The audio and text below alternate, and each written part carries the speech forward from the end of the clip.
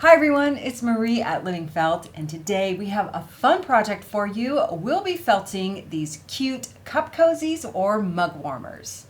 These cup cozies would make fantastic gifts this holiday season. You could use them for hostess gifts, stocking stuffers. You can also use them for charity auctions and even sell them at your shows. You can needle felt them using wool batting. You can use our wool felt fabric, and you can also wet felt your own fabric. We'll talk about 2 different ways you can do that. So no matter what style you choose, this project can come to life in your studio. We'll also share with you some resources we've created so that yours can look fantastic and display well. Down below, you'll find a link to the supplies page, so head on over there for the PDF and all the supplies we're using in today's tutorial. You want to grab the PDF to get this fantastic template that Jordan made for us. You'll cut it out and tape it together at these points, and this is the approximate size for our mug wraps. They fit a standard cup that is about 3.5 inches across at the top and about 5 inches high. If your mugs are smaller or a different shape, then you can modify this template to fit. These are the materials we're suggesting to make your mug wraps. Of course, because we're felt makers, everything has to do with felt or handmade felt. The first is a 1/2 ounce of wool batting. You could use our MC1, our Maori, or our Bergschaft. This is our CX2, oh by the way, so it's a nice beautiful white, and we'll show you how to needle felt yours to get these beautiful clean edges and how to take it from this shape right here to put your designs on top. Using wool felt, you can piece your template to fit right onto the fabric and cut your shape out of here, and then we'll needle felt our designs on top afterwards. If you would like your mug warmer to be a little bit thicker, you can go double thickness or add some other fabric of your choosing onto the back after you make your design. If you'd like to make your own fabric, one quick way is to use our Prefelt. 19.5 micron Prefelt in the PFL or PFM will work fantastically. The PFL is a little bit longer, and this is an example piece. You just are going to fold it in half lengthwise, wet felt it till it's very flat and very well felted. You'll cut out your template and then heal the edges for wet felting. So if you need a primer on wet felting, check out our wet felting playlist or our wet felting fundamentals in the school. This is an example of a piece of fabric made from the PFL. It has a little more flexibility than the PFM, is a little bit thicker. So just choose, both will work fantastically. If you use a 1/8 cut of the Prefelt, you can get a single wrap out of it with a little extra that you might use for a greeting card or even a gift tag. So you have a little bit left. And then a final idea is to make yourself a beautiful piece of felt fabric. This is the example we've made with our autumn leaves, so you can watch that tutorial right here on YouTube. You can also check out our artful felt fabric videos. If you make a topical design like this, then you don't need to needle felt or stitch any additional designs, and you can get multiple wraps out of one piece of fabric. So check out that template as an option to make your own beautiful fabric. And oh, by the way, we started it on a piece of Prefelt. Once you have your fabric ready, it's time to cut out your shapes. If you're going to use the cardstock as your initial template, it can help to outline it with a pen. Any of these 3 pieces are ready to go, but if you're needle felting, grab your batting, your wool mat, and your scissors, and we'll show you how to achieve this. Using your template as your guide, you're going to use approximately the whole 1/2 ounce of fiber. Yours might be in one beautiful piece, but if it's not, then just piece it as evenly as you can to fill in this shape, letting your fibers trail off just the end.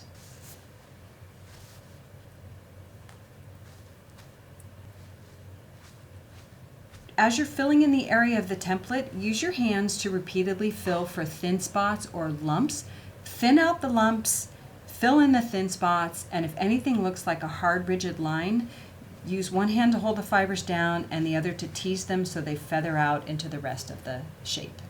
Once you have the shape basically outlined, you can put your template on top to kind of see where the fibers are going to go around the edges.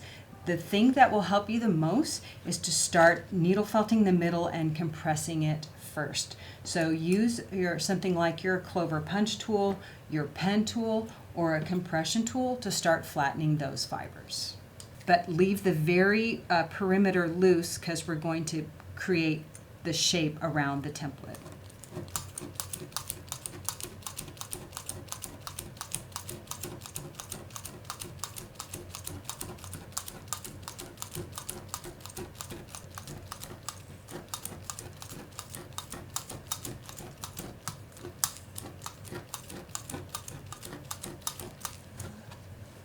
One key to creating a really uniform flat piece is repeated turning. So use fine needles in the first place, and our punch tool has a cluster of fine needles in it, and then repeatedly turning it. If you find it's too hard to use the wow mat, then use a piece of foam underneath. This does give a lot of resistance, but it also keeps the fiber from getting embedded. Once you have it flattened slightly, then you can go around and start wrapping the edges around. Remember, you're going to leave one edge loose for attaching later. So we're going to leave one end unfelted, and all these others we're going to shape towards the template. So just pull the fibers so they're somewhat straight, and you can bring the template in and out repeatedly to get these nice lines. Use a pen tool or a cluster of fine needles and just start tacking it down. It doesn't need to be flat in the beginning. You just want to kind of get the shape. And this doesn't have to be perfect. You'll continue shaping as you go.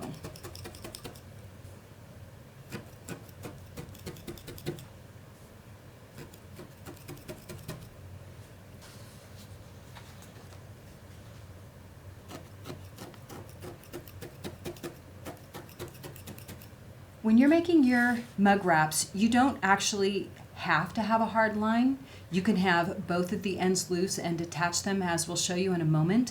But the way I'm doing my design, I wanted it to look like an edge. So only create this edge here if you want to include that in part of your design.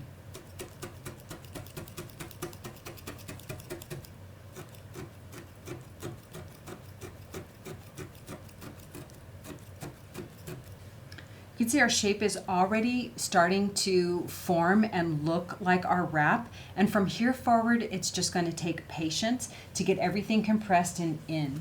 You might surprise yourself by using your needle punch tool right here, even on the edges, and just taking your time going around the entire piece, flattening and coaxing all these fibers in. You're going to needle felt from both sides and just focus on compressing the entire piece. You're going to go around and needle felt all these edges so that you don't have any loose fibers. So these are made the same exact way, just you can see this one is more compressed. It's more compressed and more firm, but it's not rock hard. So just keep working it and flattening everything, but do the edges as you go so that you get the compression and you get it all nice and laid down. This definitely is the longer road to creating the fabric, but if you like to needle felt and you want a nice lofty piece, this is a fun way to go. Whatever fabric you're using for your mug wraps, whether you're going to use it in its current form or if you're going to be adding a needle felted or hand stitched designs, take a moment and press it first so that you get any wrinkles out and you get it as smooth as possible.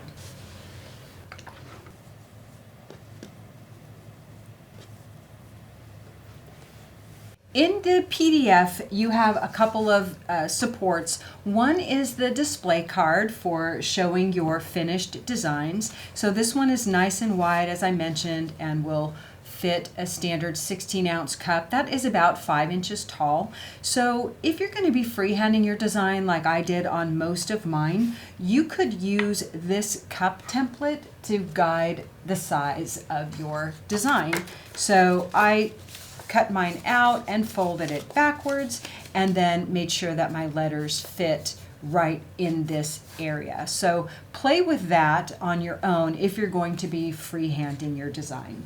We are giving you some graphics that you might use as inspiration, or you might use with an iron-on transfer pen to transfer to your felt or fabric.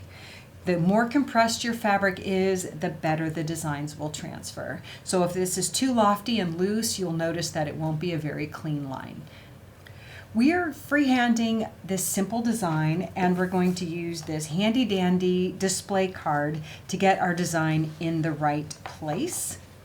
So just make sure you see, this is where the two are going to be bound together afterwards, and this is basically where we want our design to go. And you'll have a little bit of freedom to move around in there when you seal it off, but just try and find that spot, and it can really help to pin it.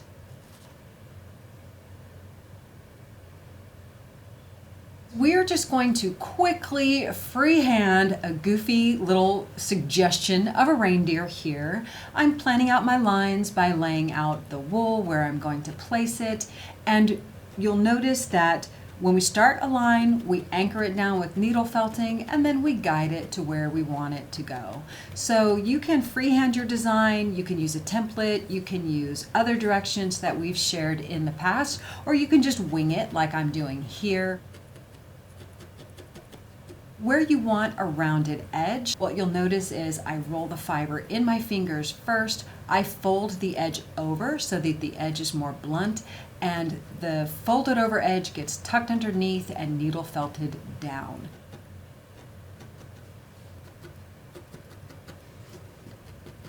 Where you have too much fiber, pull it off if you can, and if it's just too much, we'll give it a snip with your scissors.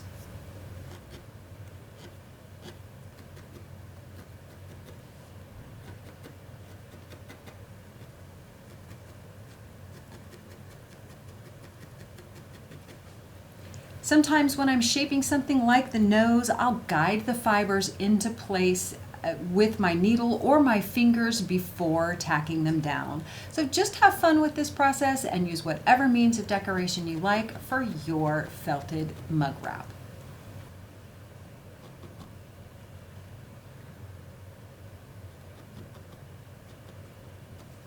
This needle felted mug wrap that we made with wool batting is the only one that we will be closing up with needle felting. We made one edge blunt because that's going to be part of our design, and the other edge loose. Use your cup or your cup display template to get the sizing, and we'll fold the loose end underneath the blunt end, and then we'll be needle felting these two edges together. We'll start with it right side out. We'll needle felt right inside here to get them to join, and then we'll turn it inside out and repeat.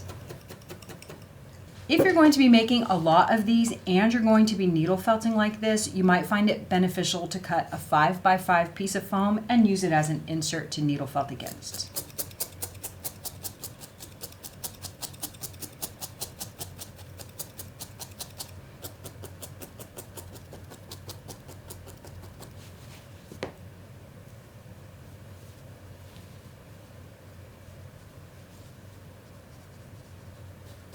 If you don't love this join line, and I don't really mind it on this one, but if you don't love this join line, then what you can do is take a small patch of batting, just lay it right over the top, and needle felt it down so it'll look continuous. On this one, I'm going to leave it, but on this one, you can see I joined it, so it looks a little more continuous.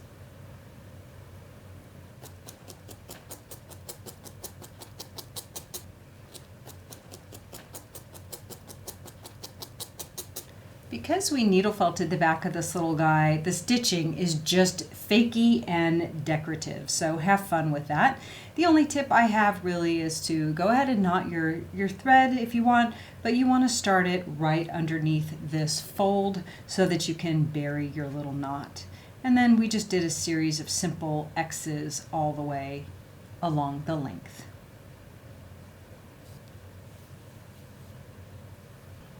After crisscrossing my stitches all the way up the join, I think I'll add a little heart button.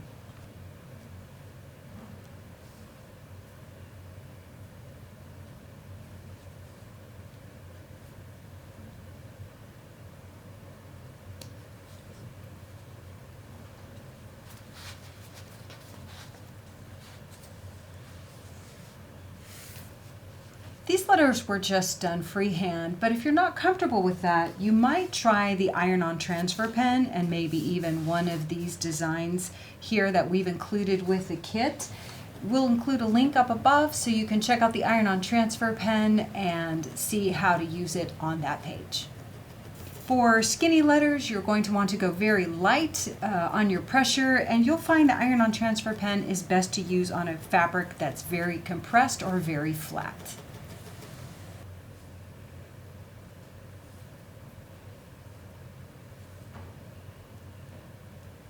For this little mug wrap, we have given a generous overlap of about 3 inches, 2.5, 3 inches, so that you can get a really nice bond.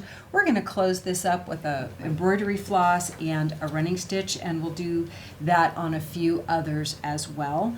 Another option, if you don't want to machine stitch or hand stitch, is you could try heat and bond just to bond these two edges together. We avoided adding a snap or Velcro or anything where you're peeling and tugging at it. We just wanted a real close fit so that you can slide it on and off for easy reuse. On this fall-themed cup cozy, you'll notice that we did not heal the wet felted edges, so if you like, you can do a decorative stitch like the blanket stitch around there. And again, we sealed it off with hand stitching. We did a blanket stitch up this edge, and the button is just there for decoration and charm. These are the ones that we needle felted. This one was needle felted on the wool batting, and both of these are needle felted on a wool felt sheet. For working on the dark felt like this, you might check out our video on working with different pens on dark fabric, and we also needle felted some little gnomes on this dark felt a couple of years ago. Check out our Christmas lessons under Learn on our website. In addition to felting on the batting and the felt sheets, you would use the same process for needle felting onto wool felt that you made yourself. You'll just find this is a little thicker and has a little more density, so it's going to be very satisfying to needle felt onto. With the addition of our fall cup cozy, here's a look at the ones we've created for this tutorial. If you're not feeling very wintry or Christmassy but are still in the fall spirit, you might check out our project for Hello Pumpkin, which we shared a few years back. It's under the Learn tab on our website. Click on the fall projects. We made a mini before we did a large pillow, and this little theme would work great on a simple little cup wrap like this.